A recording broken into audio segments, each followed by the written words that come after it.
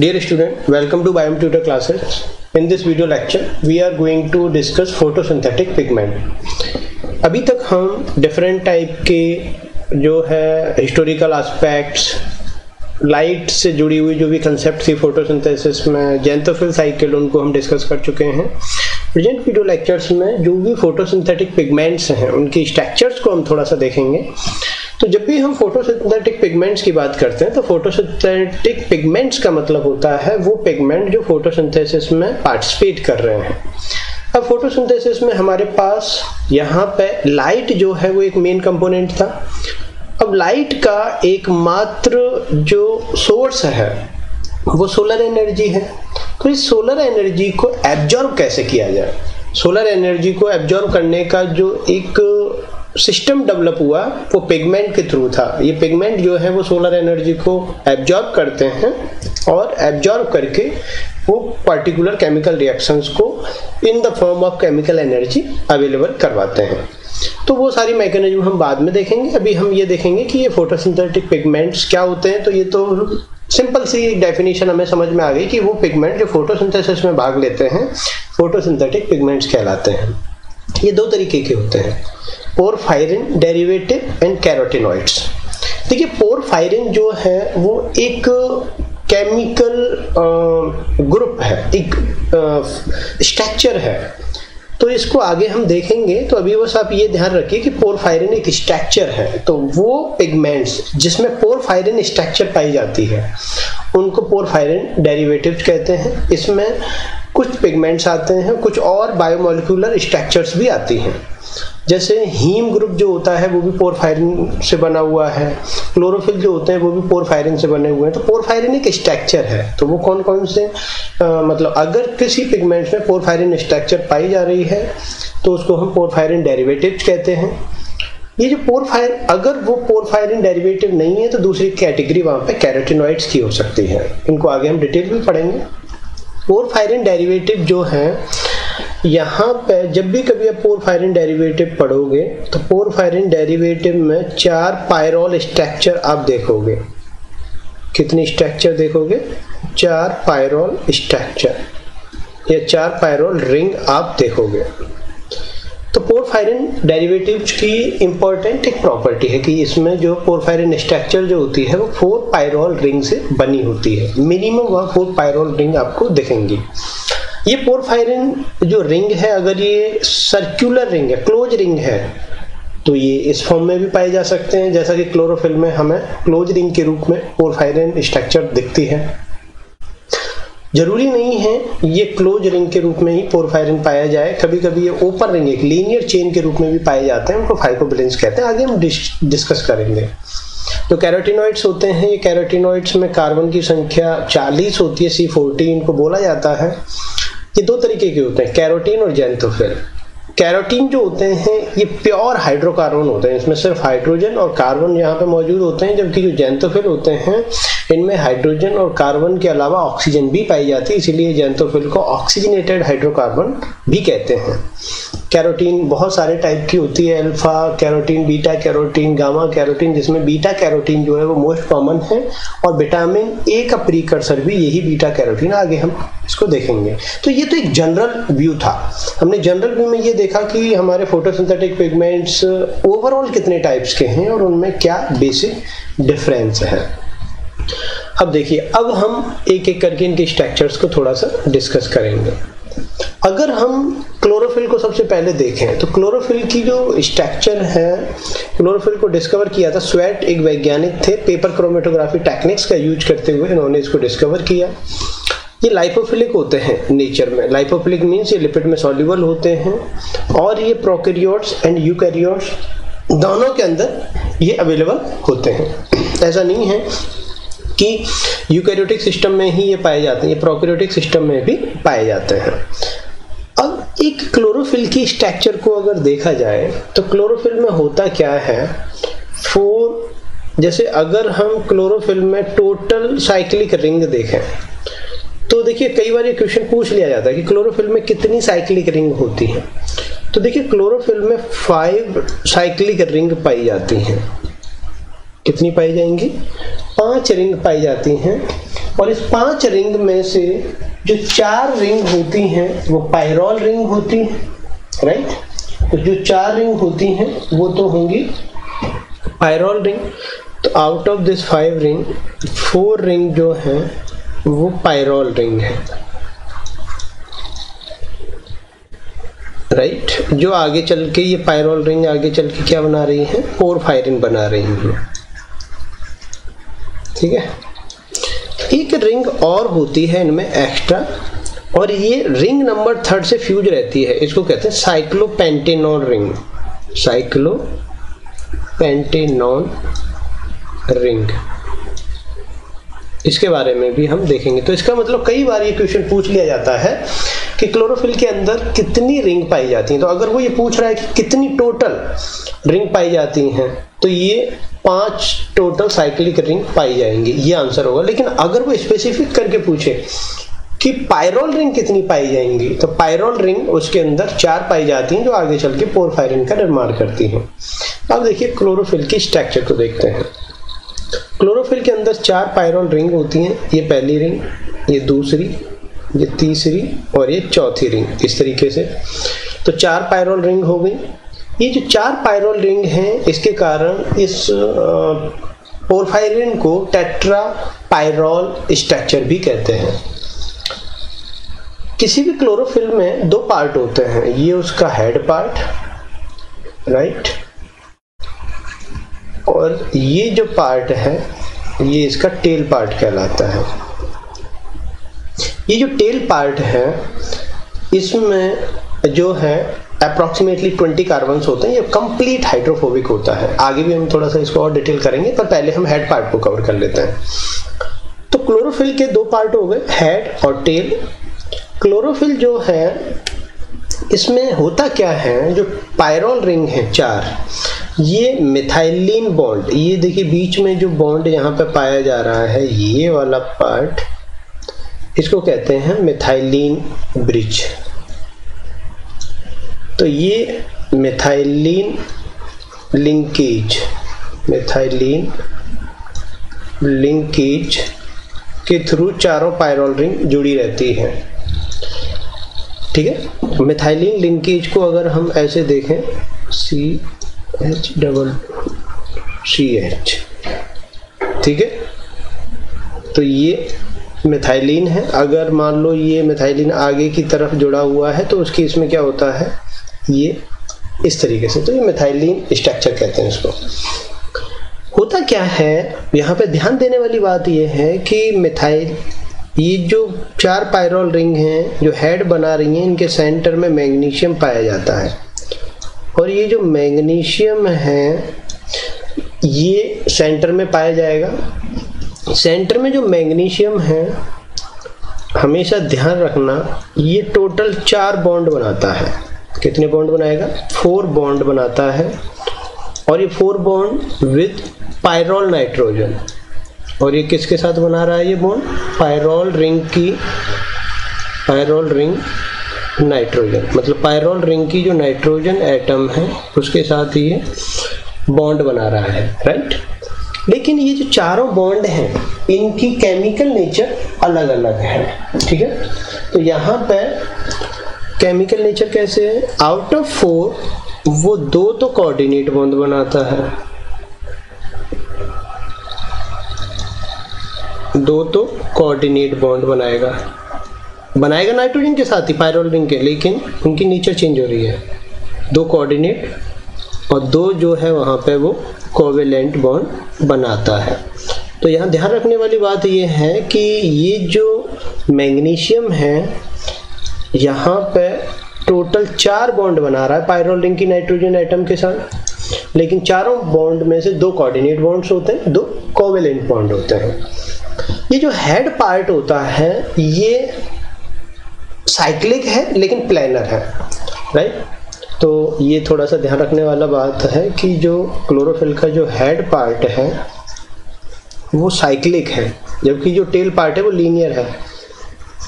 Head part कैसा है, cyclic and planar, एक ही प्लेन में सारे एटम पाए जाते हैं।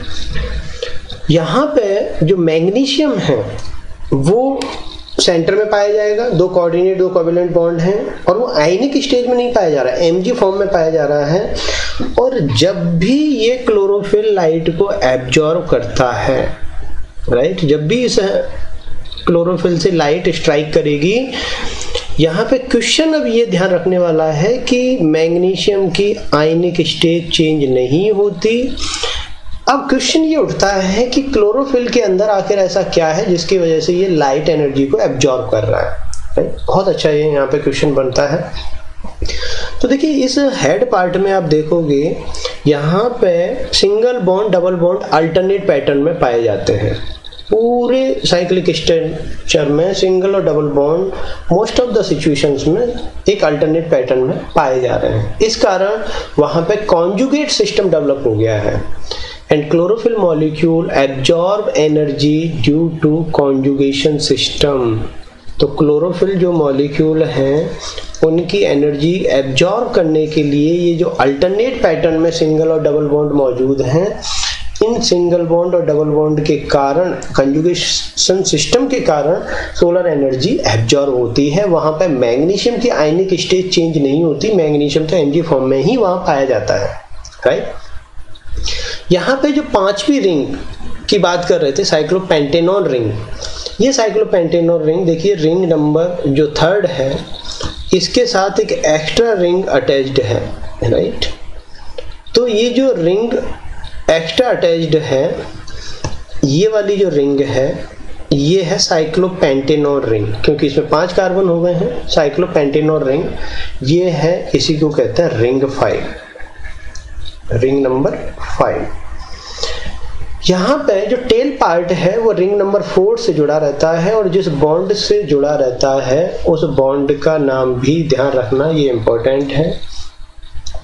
जैसे रिंग नंबर 4 से ये टेल पार्ट जुड़ा रहता है तो इस बॉन्ड का नाम है प्रोपियोनिक एसिड एस्टर लिंकेज। इस बॉन्ड का नाम है propionic acid ester linkage, propionic acid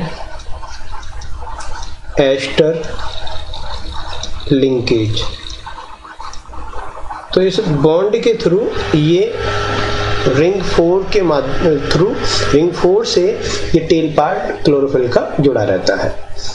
यहाँ पे क्लोरोफिल ए और बी, ये जो हमारे हायर प्लांट्स होते हैं उनमें ये मोस्ट कॉमन जो क्लोरोफिल हैं ये पाए जाते हैं।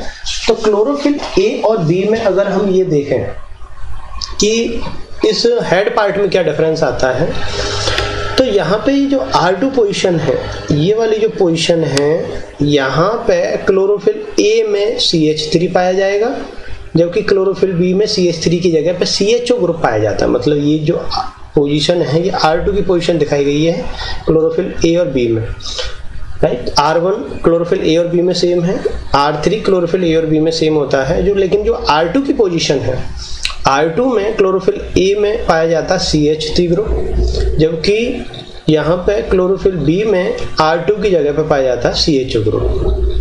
तो कहने का मतलब है कि ये थोड़ा सा एक जो केमिकल डिफरेंस है क्लोरोफिल A और B में वो यहाँ पे होता है। टेल को अगर हम देखें तो क्लोरोफिल की जो टेल होती है वो अप्रोक्सीमेटली 20 कार्बन्स वहाँ पे पाए जाते हैं, राइट। यहाँ पे 4 टर्पीन्स, राइट।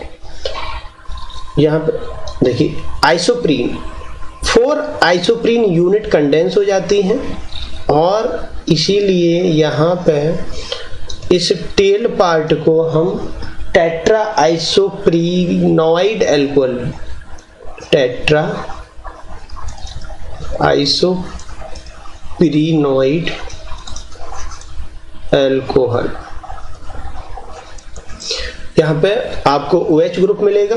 इस OH ग्रुप के कारण ये यहाँ इस एस्टर बॉन्ड बनाने में पार्टिसिपेट करता है और यहाँ 4 आइसोप्रीन यूनिट, एक आइसोप्रीन यूनिट में 5 कार्बन होते हैं और यहाँ पे 4 आइसोप्रीन यूनिट इस तरीके से कंडेंस होकर इस चेन का निर्माण करती हैं और टोटल इसीलिए इस टेल में कार्बन की संख्या जो होती है वो C20 के अप्रोक्सीमेट बैठती है। टेल जो पार्ट होता है जरूरी नहीं है कि सारे क्लोरोफिल में ये टेट्रा आइसोप्रीन यूनिट के रूप में ही पाया जाए। कुछ बैक्टीरिया क्लोरोफिल में यहाँ पे ये टेल जो है वो 4 आइसोप्रीन यूनिट से नहीं बनी होती। बैक्टीरियल क्लोरोफिल में अगर देखा जाए तो बैक्टीरियल क्लोरोफिल में एक डिफरेंट टाइप के मॉलिक्यूल्स होते हैं जिनको जिरेनिल कहते हैं। तो वहाँ बैक्टीरिया में टेट्रा आइसोप्रीन स्ट्रक्चर नहीं पाई जाती टेल में। टेल तो है वहाँ पे, लेकिन वहाँ पे वो टेल टेट्रा आइसोप्रीन की ना बन के जिरेनिल की बनी होती है। ये क्वेश्चन कई बार पूछा जाता है, आपको ये याद रखना है। क्लोरोफिल ए और बी में ये टेल पाई जाती है। क्लोरोफिल सी एक ऐसा मॉलिक्यूल है जिसमें ये टेल नहीं पाई जाती है। ये क्वेश्चन भी बहुत इंपॉर्टेंट है, आपको इसको ध्यान रखना है। यहाँ पे अगर हम इनका एब्जॉर्बेंस वैल्यू देखें, किसी भी क्लोरोफिल का एब्जॉर्बेंस वैल्यू होता है जहां पे वो मैक्सिमम सोलर एनर्जी को एब्जॉर्ब करता है। तो क्लोरोफिल जो ए है वो 430 एंड 660 नैनोमीटर पे मैक्सिमम एब्जॉर्ब करता है। क्लोरोफिल जो बी है वो 463 एंड 643 नैनोमीटर पे मैक्सिमम एब्जॉर्ब करता है। बैक्टीरियल क्लोरोफिल जो है वो भी डिफरेंट टाइप्स के होते हैं, जैसे bacterial chlorophyll A, B, bacterial chlorophyll C, bacterial chlorophyll D, bacterial chlorophyll E. लेकिन हमें बेसिकली दो स्टार्टिंग के जो 2 या 3 है उन्हीं का ध्यान रखना है। बैक्टीरियल क्लोरोफिल ए जो है वो 364 एंड 770 नैनोमीटर पे एब्जॉर्ब करता है। Bacterial chlorophyll B 373 and 795 nanometre पे। Bacterial chlorophyll C 434 and 666 nanometre पे एब्जॉर्ब करता है। ये इसमें से आपको क्लोरोफिल ए और क्लोरोफिल बी की वैल्यू ही मेनली ध्यान रखना है। अगर हम बाकी पिगमेंट्स को देखें हायर प्लांट्स में, जैसे कैरोटिनॉइड्स है, ज़ैंथोफिल है, तो कैरोटिनॉइड्स में जो बीटा कैरोटीन है ये मोस्ट कॉमन होती है और इसका एब्जॉर्बेंस 450 एंड 475 नैनोमीटर होता है। ज़ैंथोफिल जो होते हैं ये बहुत ही एक डाइवर्स ग्रुप है, आगे हम इसको देखेंगे इसी वीडियो लेक्चर्स में। ये 400 से 500 नैनोमीटर की रेंज में एब्जॉर्ब करते हैं। वो डिपेंड करता है कि वो कौन से ज़ैंथोफिल की हम बात कर रहे हैं। तो ये हमने थोड़ा सा इनका एक एब्जॉर्बेंस रेंज देखा।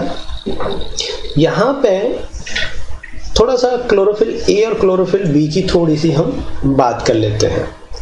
क्लोरोफिल ए और क्लोरोफिल बी में अगर हम डिफरेंस देखें, जैसे अगर मैं इधर क्लोरोफिल ए लिख दूं और इधर मैं क्लोरोफिल बी लिख दूं, तो इनमें क्या डिफरेंस है। अगर हम उस डिफरेंस को देखें तो हम यहाँ पे देखेंगे कि जो क्लोरोफिल ए है वो ब्लू ग्रीन, मतलब इसका जो कलर है क्लोरोफिल ए का वो ब्लू ग्रीन कलर होता है, राइट।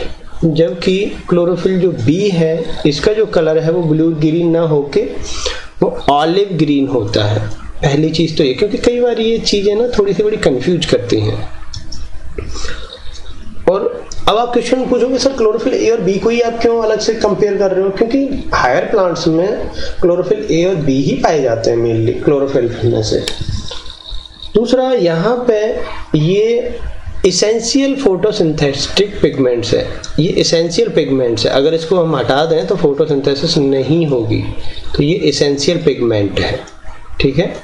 आगे हम देखेंगे ये क्या होते हैं इसेंशियल पिगमेंट। जबकि जो बी है ये एसेंशियल ना होके एक्सेसरीज है, राइट, एक्सेसरी पिगमेंट है, ये एक्सेसरी पिगमेंट। देखिए एसेंशियल पिगमेंट उनको कहते हैं जो रिएक्शन सेंटर में पाए जाते हैं और फोटोसिंथेसिस की जो केमिकल रिएक्शन है उसको ट्रिगर करने का पोटेंशियल रखते हैं। जबकि एक्सेसरी पिगमेंट उनको कहते हैं जो सिर्फ लाइट को एब्जॉर्ब करके नियर बाई क्लोरोफिल को दे देते हैं और उनका काम होता है लाइट को एब्जॉर्ब करो और रिएक्शन सेंटर तक पहुंचाओ। इनका केमिकल रिएक्शन को ट्रिगर करने में कोई रोल नहीं होता, ठीक है। यहाँ पे जो सेकंड पायरोल है, सेकंड पायरोल में जो R2 कार्ब पोजीशन हमने बताई थी पिछले वीडियो लेक्चर्स में, वहां पे CH3 ग्रुप पाया जाता है क्लोरोफिल ए में। जबकि क्लोरोफिल बी में सेकंड पायरोल में, सेकंड पायरोल जो रिंग है, इस सेकंड पायरोल रिंग में R2 पोजीशन पे CH3 ना पाके CHO ग्रुप पाया जाता है, ठीक है। तो ये थोड़ा सा एक डिफरेंस है। उसके बाद जो क्लोरोफिल ए होते हैं ये एब्जॉर्ब मोर इन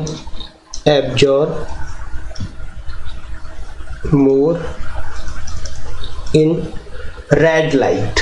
तो ये जो है रेड लाइट में या रेड रीजन में, विजिबल लाइट स्पेक्ट्रम का जो रेड रीजन है वहाँ पे ज़्यादा एब्जॉर्ब करते हैं, जबकि जो क्लोरोफिल बी है ये एब्जॉर्ब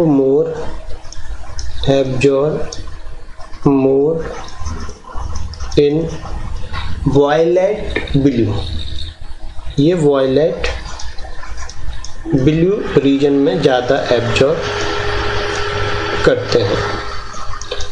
तो कहने का मतलब है कि ये थोड़ा सा क्लोरोफिल ए और क्लोरोफिल बी में थोड़ा सा डिफरेंस है।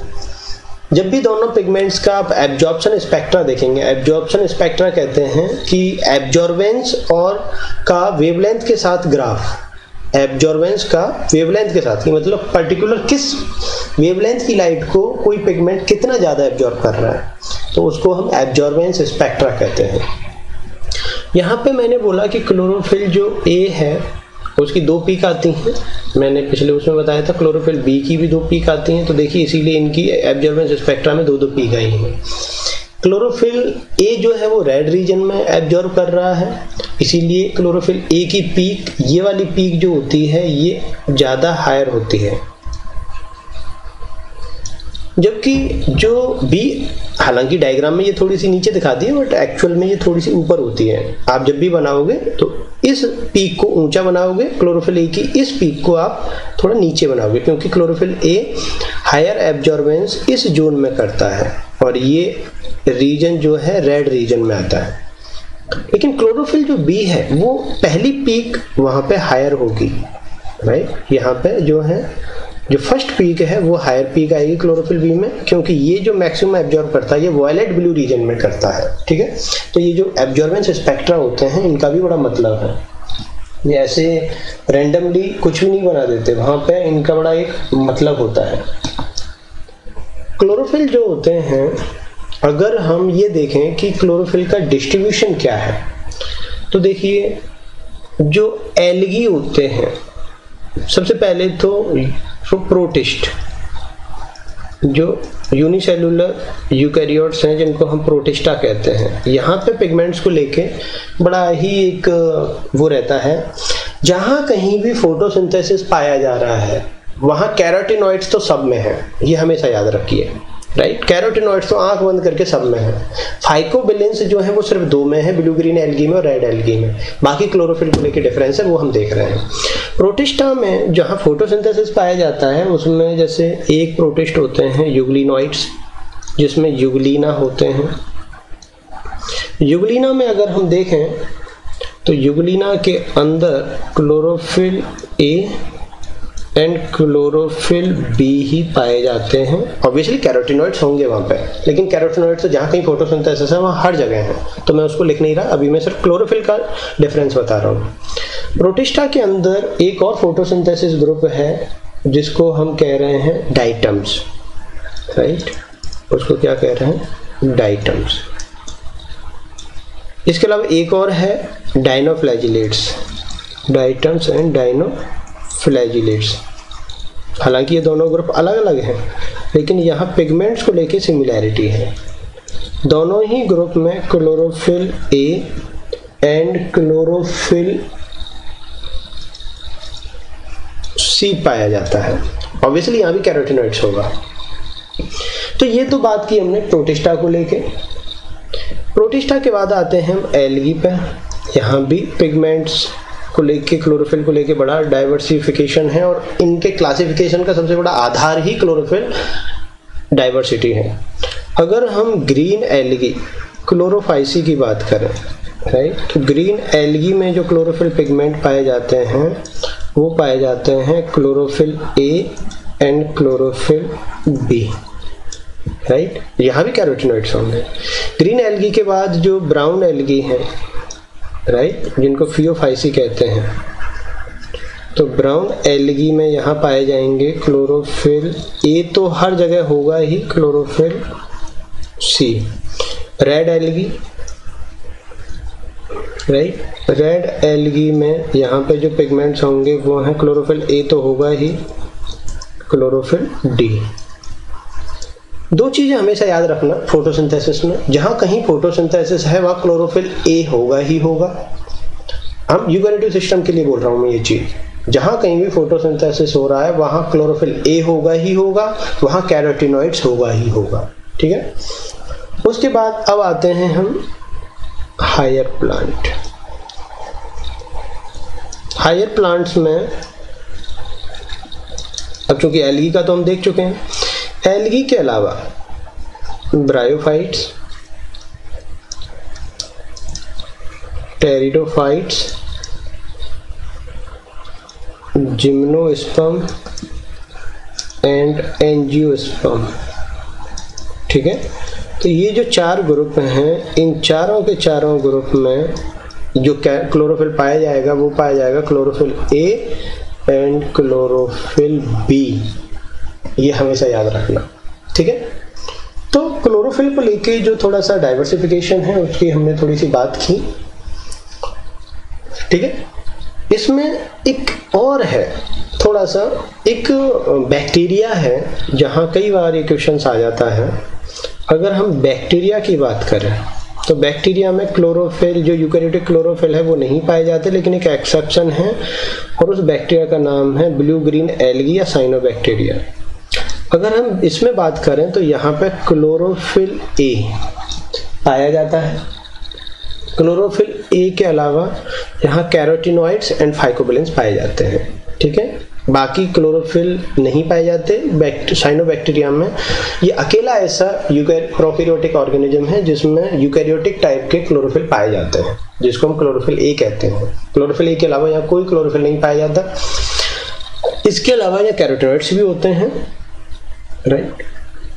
इसके अलावा फाइकोबिलेंस जो होते हैं वो सिर्फ दो ग्रुप में पाए जाते हैं, एक तो ब्लू ग्रीन एल्गी में एंड रेड एल्गी में।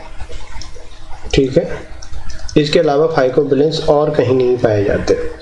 कैरोटीनॉइड्स हर जगह मिलेंगे, जहां कहीं क्लोरोफिल ए है वहां कैरोटीनॉइड्स होगा ही होगा। तो इस तरीके से आपको ये डिस्ट्रीब्यूशन ध्यान रखना है, अक्सर कंपटीशन में यहाँ से क्वेश्चन आ जाते हैं। क्लोरोफिल जो है, अब उसको बाद हम आते हैं कैरोटीनॉइड्स पे। जो कैरोटीनॉइड्स होते हैं ये लीनियर हाइड्रोकार्बन चेन होती है इनकी, और इनको हम C40 मॉलिक्यूल बोलते हैं, राइट। C40 इसलिए क्योंकि यहाँ पे 8 आइसोप्रीन यूनिट कंडेंस होती हैं, और 8 आइसोप्रीन ये क्यों बनते हैं, इनका बनने का कारण है कंडेंसेशन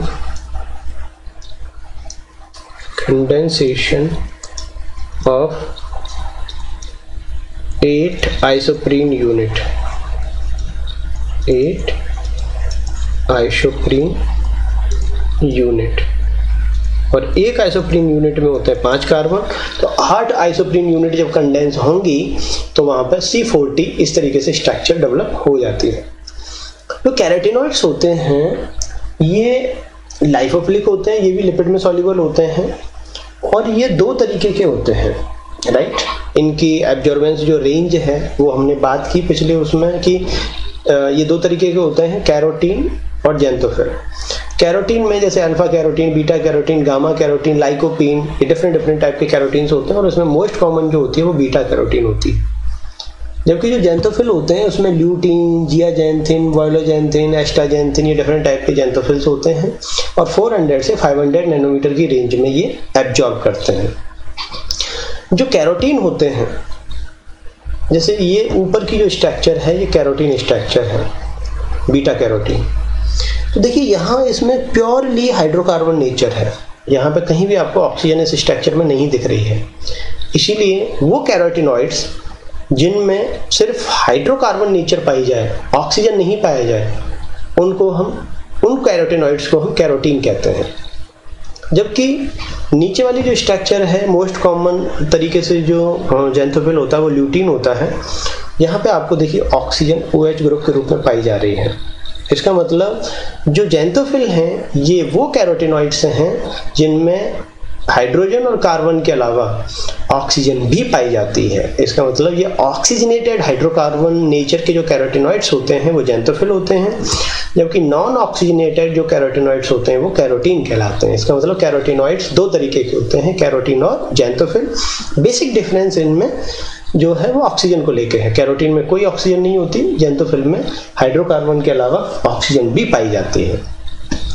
यहाँ पे कोई भी जो कैरोटीनॉइड्स है वो कितने वेवलेंथ पे एब्जॉर्ब करेगा, इसमें 3 फैक्टर बड़े इंपॉर्टेंट होते हैं। ये बड़ा एक इंपॉर्टेंट चीज है। एक तो कॉन्जुगेटेड सिस्टम का नंबर, जैसे कोई भी कैरोटीनॉइड्स की जो लैम्बडा वैल्यू है उसकी जो एब्जॉर्बेंस वैल्यू है वो 3 चीजों पे डिपेंड करती है। ठीक है, पहला जो फैक्टर है जिस पे वो डिपेंड करती है वो है number of conjugated system. Number of conjugate system. Conjugate system का मतलब होता है सिंगल बॉन्ड और डबल बॉन्ड अल्टरनेट पैटर्न में। जैसे देखिए double single double single double single double single, तो ये जितना ज़्यादा होगा उतनी ही ज़्यादा वो हाई वेवलेंथ पे एब्जॉर्ब करेगा। तो मतलब उनका जो नंबर ऑफ कॉन्जुगेशन सिस्टम, अब देखिए अगर ये ज़्यादा है तो यहाँ पे ये लैम्बडा मैक्स मतलब मैक्सिमम जो वेवलेंथ होगी ये मोर होगी, वो हायर वेवलेंथ पे एब्जॉर्ब करेगा। दूसरा जो है वो है यहाँ पे nature of and group. Nature of and group,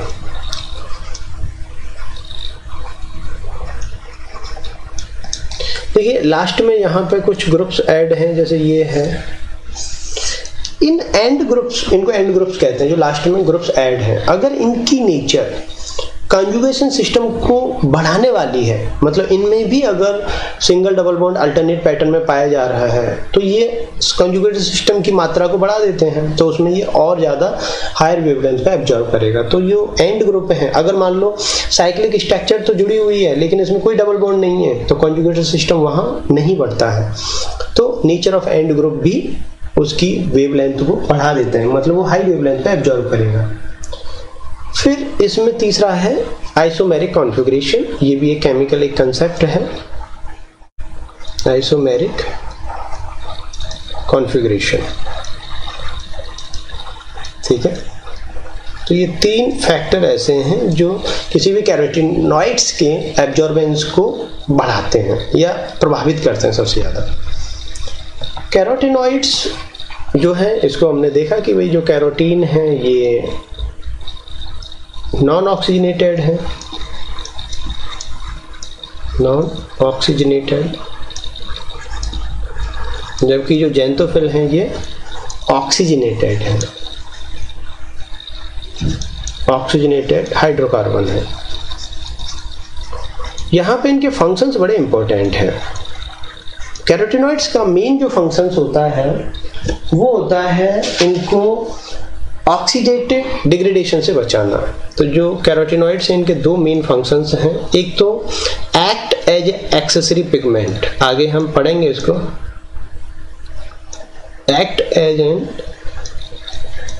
accessory pigment, कि जो ये हैं कैरोटीनॉइड्स ये एक्सेसरी पिगमेंट्स के रूप में काम करते हैं। एक्सेसरी पिगमेंट कहते हैं कि ये लाइट एनर्जी को एब्जॉर्ब करते हैं और रिएक्शन सेंटर को फॉरवर्ड करते हैं। दूसरा, ये प्रोटेक्ट क्लोरोफिल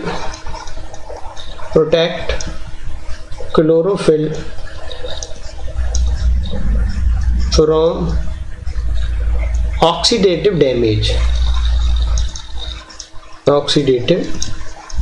डैमेज, ये क्लोरोफिल को ऑक्सीडेटिव डैमेज से बचाते हैं, और जब ये बचाते हैं इस प्रक्रिया को बोलते हैं सोलराइजेशन।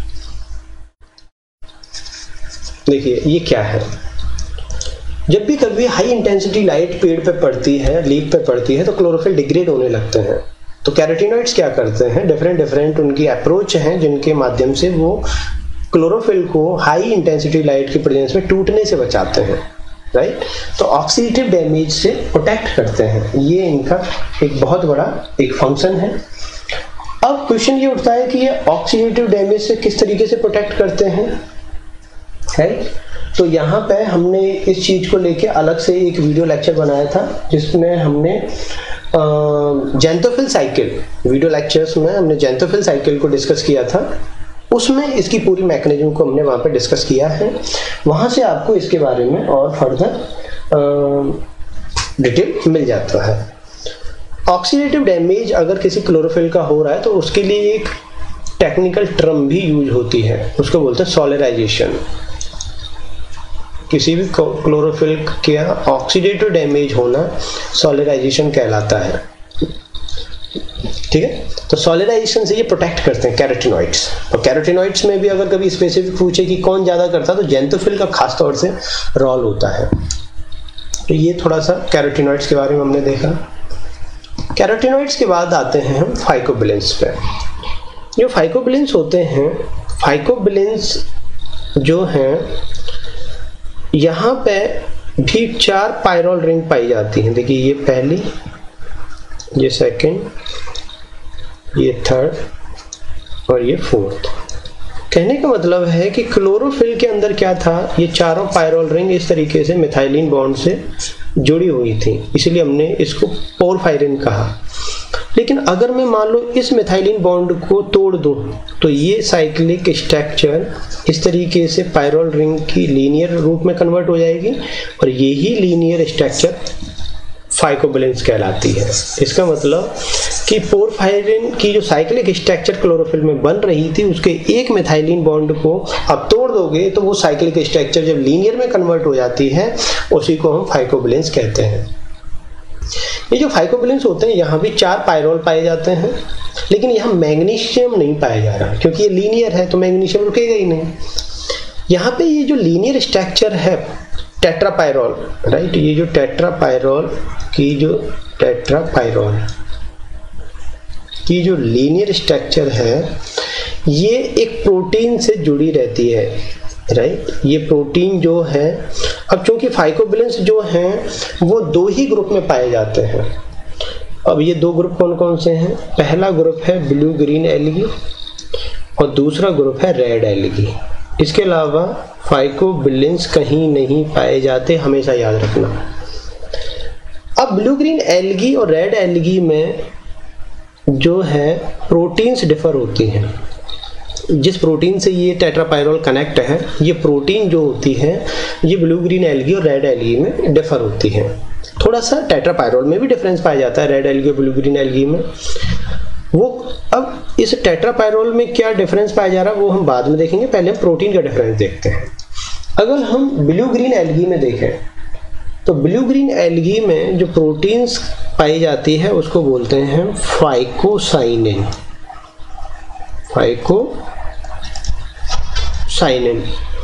रेड एल्गी में जो प्रोटीन है उसको हम कहते हैं फाइकोएरिथ्रिन। रेड एल्गी में फाइकोएरिथ्रिन, ठीक है। तो इसका मतलब जो फाइकोसाइनिन और ये जो नाम है ये प्रोटीन की नेचर को दिखाते हैं कि जो प्रोटीन वहां पे कनेक्ट है उसको ये दिखाते हैं। यहाँ पे फाइकोसाइनिन और फाइकोएरिथ्रिन जो नेम है वो प्रोटीन को डिनोट करते हैं। ये जो ब्लू ग्रीन एल्गी हैं यहाँ पे जो प्रोटीन है जो इस लीनियर टेट्रापायरोल के साथ कनेक्ट है उसको हम फाइकोसाइनिन कहते हैं। रेड एल्गी जो है वहां पे ये जो प्रोटीन है उसको हम फाइकोएरिथ्रिन कहते हैं। इसके साथ वो पिगमेंट, ये जो टेट्रापायरोल है ये भी जुड़ा रहता है। तो इसमें अगर हम ब्लू ग्रीन एल्गी में देखें तो ब्लू ग्रीन एल्गी में ये जो पोजीशन है यहाँ पे CH3 पाई जाती है, लेकिन रेड एल्गी में यहाँ CH3 ना पाया जाके यहाँ CH डबल बॉन्ड CH2 पाया जाता है। ये इस टेट्रापायरोल में एक डिफरेंस होता है ब्लू ग्रीन एल्गी और रेड एल्गी में। बाकी सारी चीजें सेम होती हैं दोनों में। ब्लू ग्रीन एल्गी और रेड एल्गी में प्रोटीन का डिफरेंस होता है, प्रोटीन का नाम दोनों में डिफर है। ब्लू ग्रीन एल्गी में इस प्रोटीन को जो इस टेट्रापायरोल के साथ कनेक्ट है फाइकोबिलेंस में, इसको फाइकोसाइनिन कहते हैं। रेड एल्गी में इसको फाइकोएरिथ्रिन कहते हैं। जो ब्लू ग्रीन एल्गी में ये जो टेट्रापायरोल है, यहाँ पे ये जो मैं मार्क पोजीशंस कर रहा हूँ, लास्ट जो 4th नंबर की पायरोल है उसमें इस पोजीशन पे CH3 पाया जाता है, जबकि यहाँ पे ब्लू ग्रीन एल्गी में CH डबल बॉन्ड CH2 पाया जाता है। एक बात और यहाँ पे ध्यान रखने वाली है कि जो फाइकोबिलेंस होते हैं ये वाटर सॉल्युबल पिगमेंट होते हैं। ये अकेले ऐसे पिगमेंट हैं जो वाटर सॉल्युबल पिगमेंट्स हैं, राइट। सारे पिगमेंट जो फोटोसिंथेटिक होते हैं वो लिपिड सॉल्युबल हैं, जबकि ये वाटर सॉल्युबल पिगमेंट्स होते हैं, ठीक है। दूसरी चीज ये कि ये कभी भी थाइलेकॉइड मेम्ब्रेन में नहीं पाए जाते। ये ऑलवेज प्रेजेंट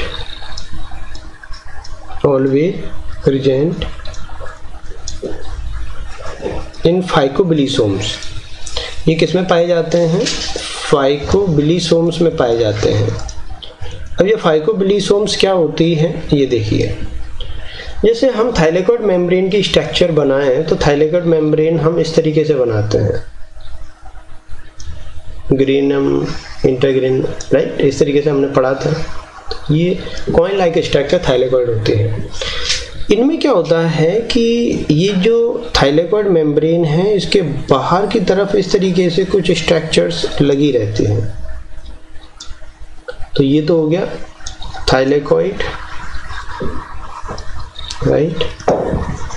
और ये जो इस तरीके से ग्रेन्यूल लाइक स्ट्रक्चर दिख रही हैं इनको कहते हैं हम फाइकोबिलिसोम्स। इन स्ट्रक्चर को क्या कहेंगे? फाइकोबिलिसोम्स। और ये जो फाइकोबिलिसोम्स स्ट्रक्चर हैं ये सिर्फ दो ही जगह पे पाई जाती हैं, रेड एल्गी में और ब्लू ग्रीन एल्गी में। तो ये जो फाइकोबिलिसोम्स हैं ये फाइकोबिलेंस को रखने वाली स्ट्रक्चर्स होती हैं जो थाइलेकॉइड मेम्ब्रेन से बाहर की तरफ। अब बाहर की तरफ मतलब इधर की तरफ क्या है? इधर की तरफ है स्ट्रोमा। तो स्ट्रोमा वाली साइड में ये इस तरीके से लगी रहती है, ठीक है। तो यहाँ पे हम इस तरीके से हमें कुछ चीजें ध्यान रखनी है फाइकोबिलिसोम्स में। फाइकोबिलिसोम्स जो है इसमें जो मेन जो चीजें थी वो हमने देख ली हैं। दूसरा यहाँ भी ये जो फाइकोबिलिसोम्स हैं, चूंकि यहाँ पे 4 पायरोल स्ट्रक्चर्स एक दूसरे से लीनियर वे में जुड़ी रहती हैं, तो यहाँ भी कॉन्जुगेशन सिस्टम पाया जाता है, राइट। और कॉन्जुगेशन सिस्टम के कारण जब भी लाइट एनर्जी इन पे पड़ती है तो ये लाइट एनर्जी को एब्जॉर्ब करते हैं। तो इनकी एनर्जी एब्जॉर्ब मतलब ये जो सोलर एनर्जी को एब्जॉर्ब कर पा रहे हैं, it's all because of presence of conjugation system, right. तो ये थोड़ा सा आपको ध्यान रखना है। इसमें एक छोटा सा टॉपिक अब आता है डिस्ट्रीब्यूशन ऑफ फोटोसिंथेटिक पिगमेंट्स की। डिस्ट्रीब्यूशन जो है वो ये कहाँ कहाँ पाए जा रहे हैं, जैसे किन किन ग्रुप्स में कौन कौन से फोटोसिंथेटिक वो पाए जाते हैं फोटोसिंथेटिक पिगमेंट, वो तो हमने देख लिया। लेकिन प्रोकैरियोटिक और यूकैरियोटिक में ये पाए कहाँ कहाँ जाते हैं? जैसे हमारा जो सेल है, सेल के अंदर इनकी लोकेशन कहाँ है? तो अगर मैं प्रोकैरियोटिक सिस्टम में देखूं, पीके सिस्टम मतलब प्रोकैरियोटिक सिस्टम और ईके सिस्टम मतलब यूकैरियोटिक सिस्टम, तो दोनों के अंदर इनकी पोजीशन अलग अलग होती है सेल के अंदर। देखिए प्रोकैरियोटिक सिस्टम में ये जो है ये प्लाज्मा मेम्ब्रेन में भी पाए जा सकते हैं, राइट। प्लाज्मा मेम्ब्रेन अक्सर ये बड़ी कंफ्यूजिंग एक चीज होती है और बच्चे यहाँ पे काफी कंफ्यूज भी होते हैं। प्लाज्मा मेम्ब्रेन में भी पाए जा सकते हैं। अब प्लाज्मा मेम्ब्रेन में कहाँ कहाँ पाए जा रहे हैं? GPSP and PPSP।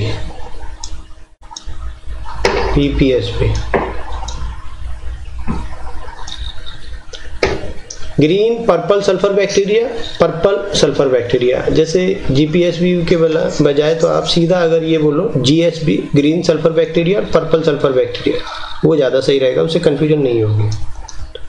PSB GSP मतलब ग्रीन सल्फर बैक्टीरिया, PSP मतलब purple sulphur bacteria. Plasma membrane के अलावा ये थाइलेकॉइड मेम्ब्रेन में भी पाए जाते हैं, राइट।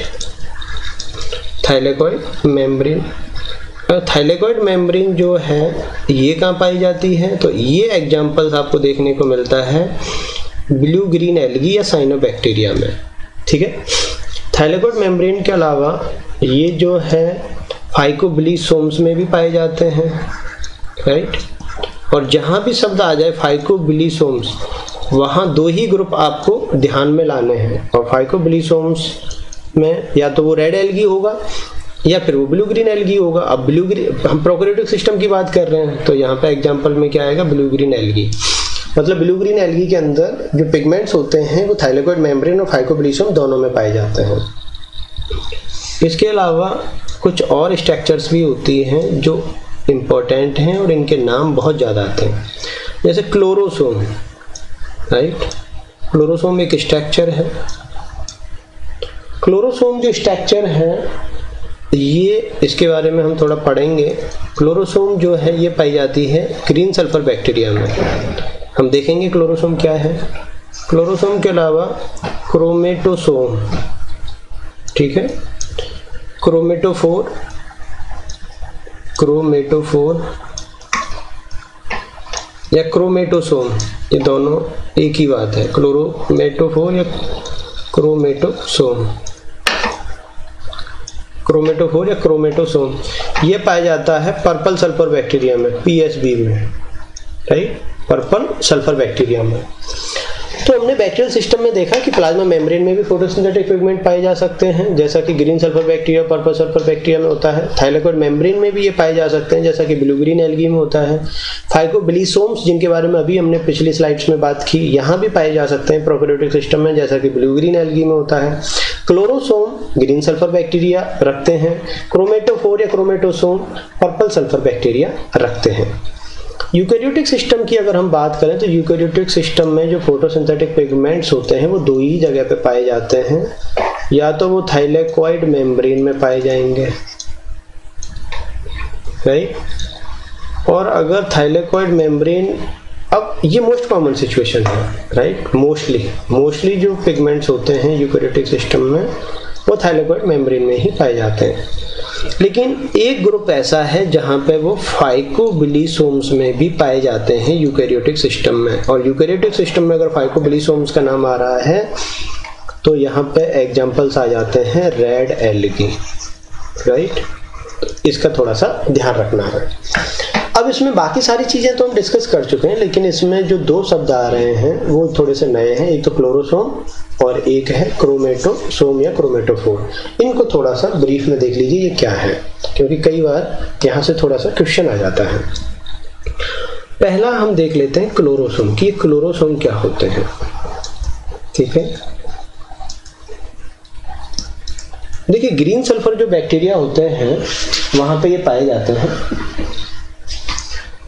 पहली चीज तो ये कि जैसे मान लो ये ग्रीन सल्फर बैक्टीरिया है, राइट। ग्रीन फोटोसिंथेटिक जो सल्फर बैक्टीरिया होते हैं, यहाँ पे ये जैसे मान लो ग्रीन फोटोसिंथेटिक सल्फर बैक्टीरिया है। तो ये जो ग्रीन फोटोसिंथेटिक सल्फर बैक्टीरिया होते हैं इनकी प्लाज्मा मेम्ब्रेन में तो पिगमेंट्स होते ही होते हैं। जैसे ये प्लाज्मा मेम्ब्रेन है सबसे बाहर की, यहाँ पे तो फोटोसिंथेटिक पिगमेंट्स होते ही होते हैं, क्योंकि मैंने प्लाज्मा मेम्ब्रेन में दो एग्जांपल लिखाए थे, GSB और PSB, ग्रीन सल्फर बैक्टीरिया और पर्पल सल्फर बैक्टीरिया। लेकिन इनकी प्लाज्मा मेम्ब्रेन के नीचे होता क्या है, एक इस तरीके से छोटी सी नॉन यूनिट मेम्ब्रेन से बनी हुई स्ट्रक्चर पाई जाती है, जो प्लाज्मा मेम्ब्रेन के साथ अटैच नहीं होती है, लेकिन प्लाज्मा मेम्ब्रेन के जस्ट नीचे पाई जाती है। और इसकी जो स्ट्रक्चर नीचे पाई जा रही है इसी को कहते हैं हम क्लोरोसोम, राइट। और ये जो बाहर की स्ट्रक्चर है ये है प्लाज्मा मेम्ब्रेन। तो ग्रीन सल्फर जो ग्रीन फोटोसिंथेटिक जो सल्फर बैक्टीरिया हैं इनमें क्या होता है कि प्लाज्मा मेम्ब्रेन में तो फोटोसिंथेटिक पिगमेंट्स हैं ही हैं, लेकिन प्लाज्मा मेम्ब्रेन के नीचे एक छोटी सी स्ट्रक्चर पाई जाती है, इसमें भी फोटोसिंथेटिक पिगमेंट्स पाए जाते हैं, लेकिन ये जो स्ट्रक्चर है इसको क्लोरोसोम कहते हैं। और ये इसमें दो खास बातें हैं। पहली खास बात तो not fused with plasma membrane या not linked with PM, plasma membrane के साथ ये लिंक्ड नहीं है, पहली चीज। दूसरी चीज ये कि इसकी जो स्ट्रक्चर होती है वो नॉन यूनिट मेम्ब्रेन की है। नॉन यूनिट मेम्ब्रेन का मतलब होता है कि यहाँ पे लिपिड और प्रोटीन का जो कंपोजिशन है वो मेम्ब्रेन, प्लाज्मा मेम्ब्रेन का जो एक प्रोपोर्शन है उसको फॉलो नहीं करता है। नॉन यूनिट मेम्ब्रेन कंपोजिशन को ये फॉलो करता है। तीसरी चीज ये कि यहाँ पे जो यूबी क्विनोन पाए जाते हैं, क्विनोन मॉलिक्यूल पाए जाते हैं, तो क्विनोन मॉलिक्यूल में जो सबसे मोस्ट कॉमन यहाँ पे पाया जाएगा, वैसे तो देखिए बैक्टीरिया में मैना क्विनोन पाए जाते हैं क्विनोन मॉलिक्यूल के रूप में, लेकिन यहाँ पे यूबी क्विनोन जो है वो सबसे ज्यादा पाए जाते हैं, यूबी क्विनोन प्रेजेंट। अब ये क्विनोन क्या है इसको ब्रीफ में मैं बता दूं। क्विनोन एक मॉलिक्यूल होता है, आगे हम पढ़ेंगे इसके बारे में। बैक्टीरिया में यूजुअली क्विनोन ग्रुप से जो क्विनोन पाए जाते हैं वो मैना क्विनोन होते हैं। हर ग्रुप में क्विनोन पाए जाते हैं, यूकैरियोटिक में भी हैं, प्रोकैरियोटिक में भी, लेकिन बैक्टीरिया में मैना क्विनोन पाए जाते हैं। लेकिन क्लोरोसोम एक ऐसी स्ट्रक्चर है जिसमें मैना क्विनोन ना पाया जाके यूबी क्विनोन पाए जाते हैं। क्विनोन एक बड़ा ग्रुप है, उसमें डिफरेंट टाइप के क्विनोन होते हैं। तो यूबी क्विनोन जो है वो यूजुअली हर प्लांट्स में पाए जाते हैं, लेकिन क्लोरोसोम एक ऐसी स्ट्रक्चर है जहां पे मैना क्विनोन ना पाए जाके, जबकि बैक्टीरिया में मोस्टली कॉमन मैना क्विनोन पाए जाते हैं, क्योंकि यहाँ पे यूबी क्विनोन पाए जाएंगे। ठीक है, तो ये तो था क्लोरोसोम के बारे में, ये कुछ पॉइंट्स आपको ध्यान रखना है। दूसरी जो स्ट्रक्चर है वो है क्रोमेटोसोम। क्रोमेटोसोम देखिए है तो ये बिल्कुल कुछ इसी तरह की, लेकिन इसमें कुछ बेसिक डिफरेंस है। जैसे जो पर्पल फोटोसिंथेटिक सल्फर बैक्टीरिया होते हैं उनमें क्या होता है कि जो प्लाज्मा मेम्ब्रेन है वहां पर फोटोसिंथेटिक पिगमेंट्स पाए जा रहे हैं। ये प्लाज्मा मेम्ब्रेन है जिसमें मैं येलो कलर से फोटोसिंथेटिक पिगमेंट्स दिखा रहा हूँ।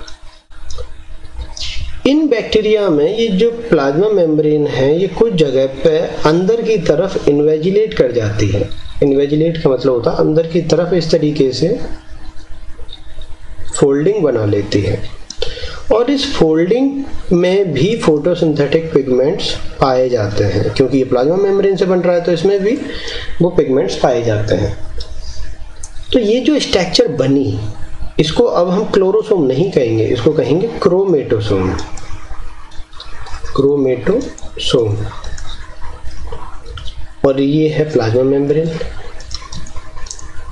राइट।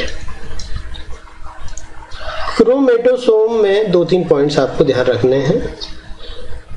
जैसे पहला पॉइंट तो ये कि ये लिंक्ड होती है, लिंक्ड विद पीएम, मतलब ये प्लाज्मा मेम्ब्रेन के साथ जुड़ी हुई रहती है, पहली चीज तो ये।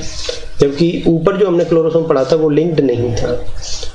दूसरा, यहाँ पे इसका जो केमिकल कंपोजिशन है प्लाज्मा मेम्ब्रेन का वो unit membrane structure, unit membrane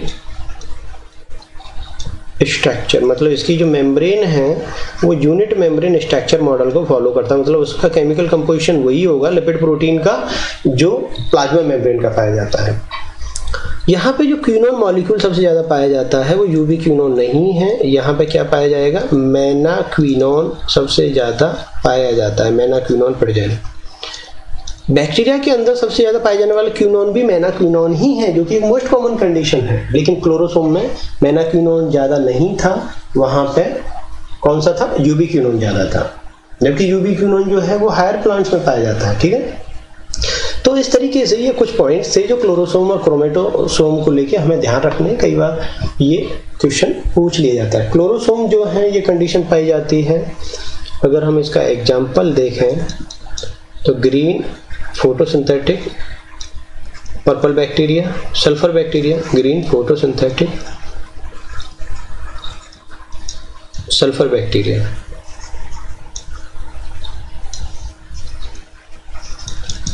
जबकि जो क्रोमेटोसोम है वो है पर्पल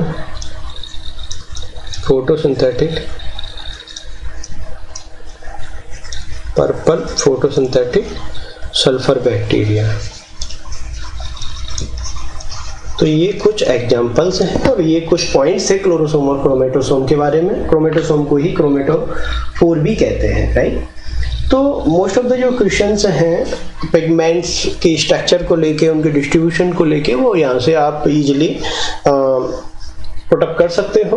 तो उम्मीद करता हूँ कि फोटोसिंथेटिक पिगमेंट्स को लेके जो भी कंसेप्चुअल पार्ट था वो आपको यहाँ पे क्लियर हुआ होगा। अगले वीडियो लेक्चर्स में हम फोटो सिस्टम्स, किस तरीके से उनकी डिस्कवरी हुई, कितने टाइप के फोटो सिस्टम्स होते हैं, क्या उनकी स्ट्रक्चर है, और यूकैरियोटिक और बैक्टीरियल दोनों के ही फोटो सिस्टम को हम ब्रीफ स्टडी करेंगे।